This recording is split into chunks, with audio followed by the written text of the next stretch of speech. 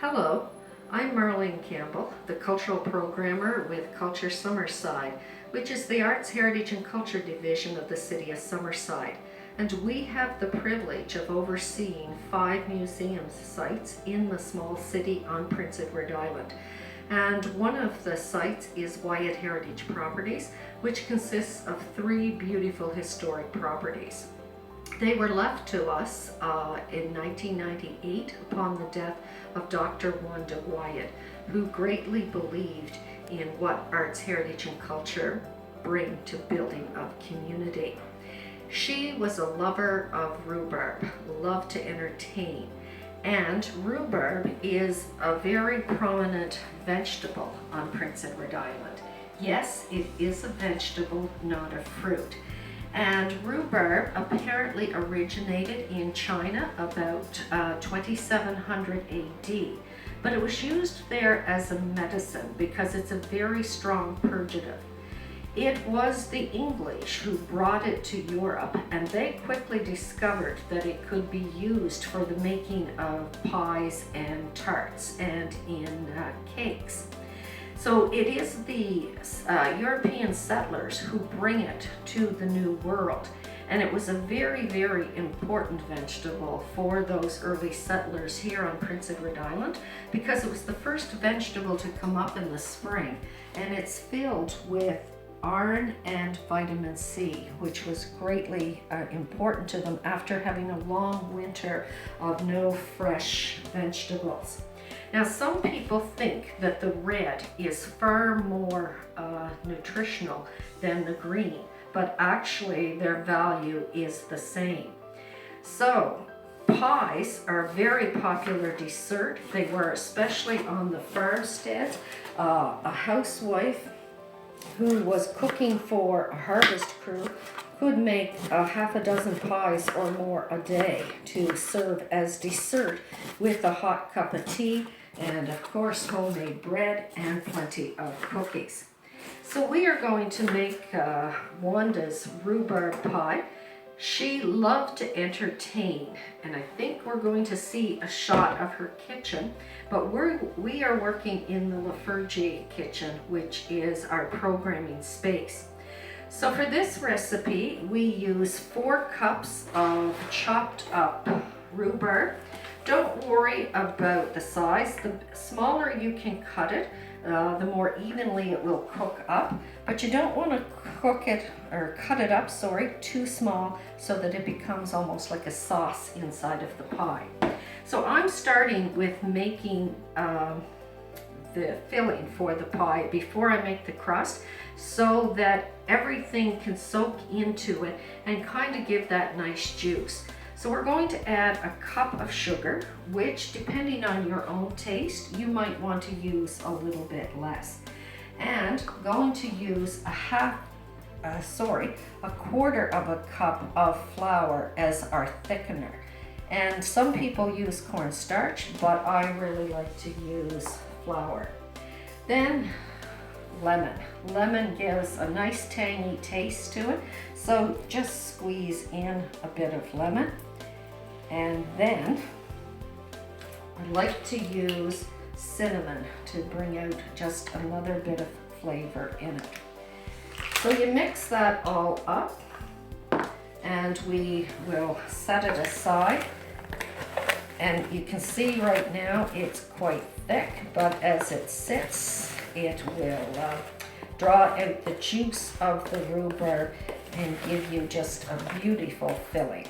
So I used 4 cups of rhubarb, 1 cup of sugar, a quarter of a cup of flour, about a quarter of a teaspoon of cinnamon, and then you can use half of a fresh lemon or a tablespoon of lemon juice.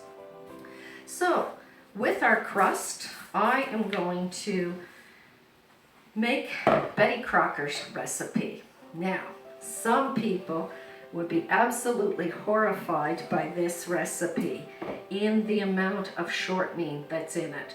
But as I say, you're not going to eat all of the pie at once, and it's a treat. So make it really good. So 2 cups of flour, which I have measured out ahead of time, 1 cup of shortening, and you can use lard. The preference is yours. So we just put the shortening in and scrape out every last bit of it. Also, I use just a pinch of salt in the crust. Now, of course, you can get the proper kitchen devices to work in your shortening, but I just use 2 knives and take them back and forth and slice up your shortening, mixing it up with your flour.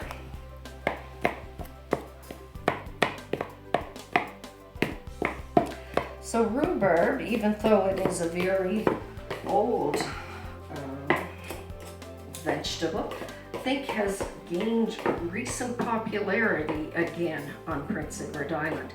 And if you traveled around the countryside to old abandoned homesteads, you would most likely find an orchard along with a rhubarb patch. And people are all the time dividing their rhubarb and sharing it. The next step is 2 tablespoons of ice cold water, and add to that a tablespoon of vinegar and 1 egg. Mix it all together, and this gives you your liquid for the pie. I guess I can be a little less vigorous there and not throwing it all about. Just pour it into the center. Now, I have always been told that really good pastry chefs are very, very delicate with their crust, and they don't overstir or overmix it. I do none of that. In fact, I get right in there with my hands and mix it all up, and it seems to work, probably because of the amount of shortening that is in this recipe. So you just mix it together, and you have with this a very, very flaky crust. So don't be panic stricken that you're going to overmix it. You bring it up as fast as you can. So you can see once you have it all mixed together, you have a nice sized ball. And I find the easiest way to roll out a crust is to use parchment paper. You just lay it down, then put on a liberal layer of flour so that it won't stick on you. Probably doing everything wrong from what would be taught in culinary school, but it works for me. So take a larger piece of the ball and use it for your bottom crust. Now, there was a time in Canada when wheat flour, which is apparently the best flour, was expensive.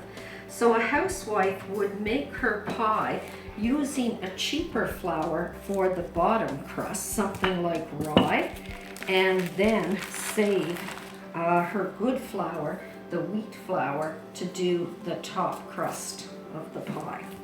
Fortunately, we don't have to make those choices anymore. And you can just roll it out. I love the sound of a rolling pin working on the dough.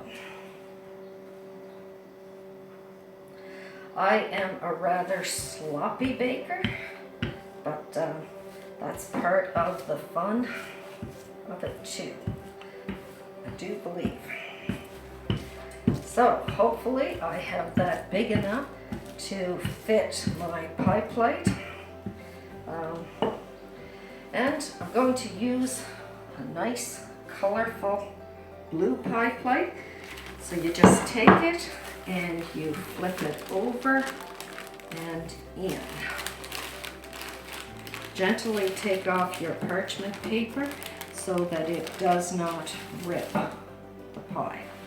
And of course I miscalculated and stopped a little short. So fit your crust in, take it down nicely, and if you have a little bit of excess on one side, piece her over here. After all, your top crust is going to cover it and nobody is going to see your mistake. It looks good already. Now, I am preheating my oven to 425 for this. So you can see, you look at our filling now, you can see that much of the sugar and the flour has dissolved. You're getting a little bit of a juice there and you're just getting, oh, a wonderful smell. So you take it, put it right into the center of the pie. Now, if you have a bigger pie plate, you can use more rhubarb.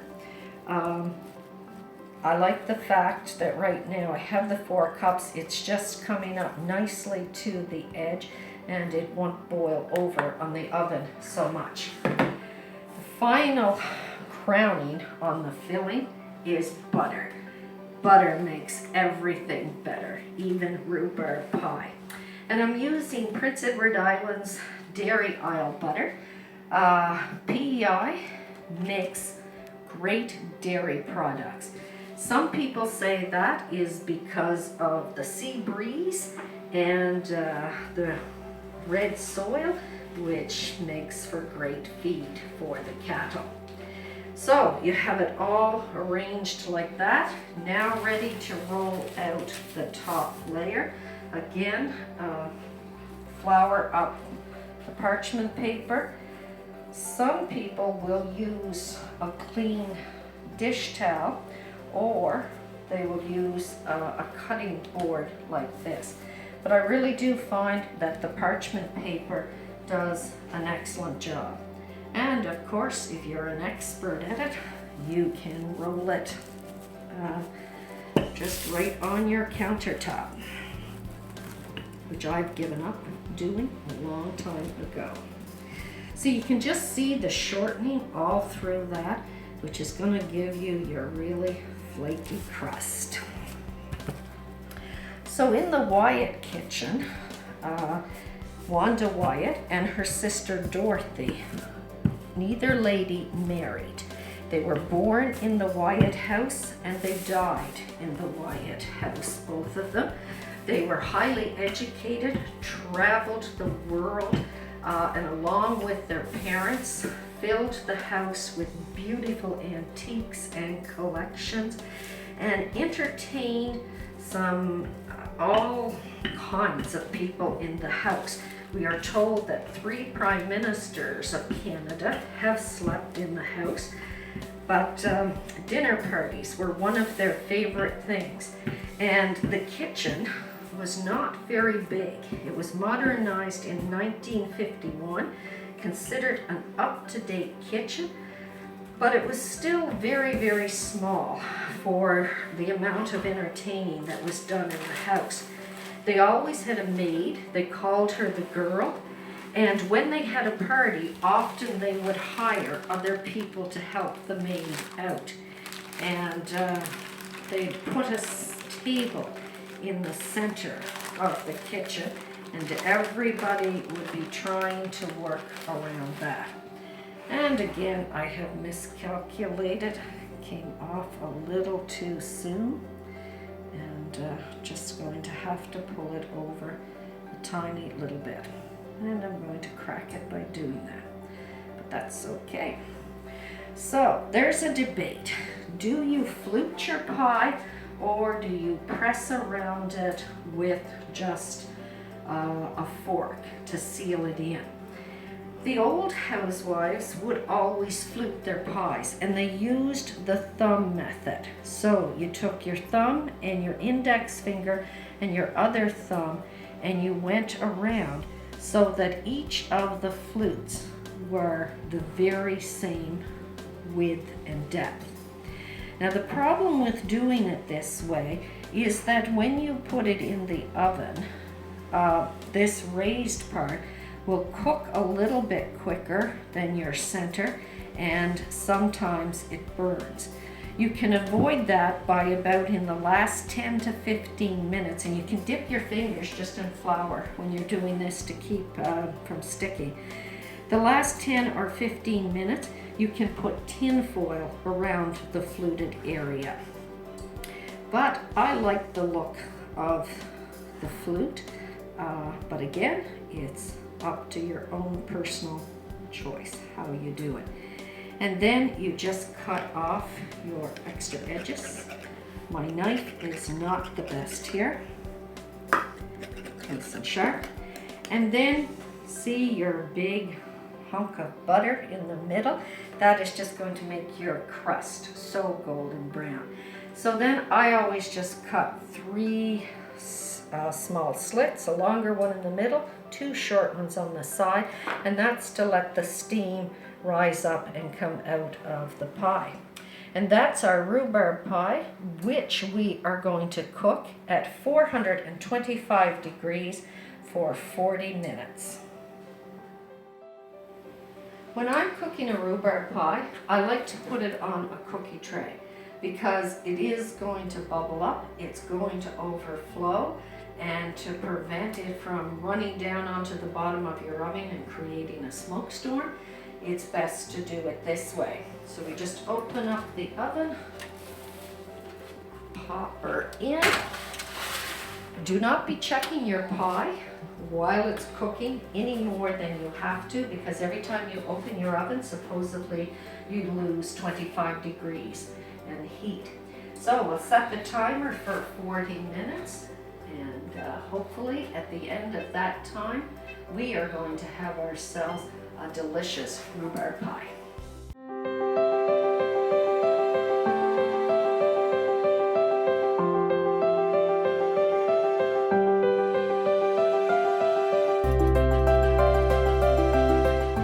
So we have taken the pie out of the oven, and as you can see, it is nice and golden in the middle.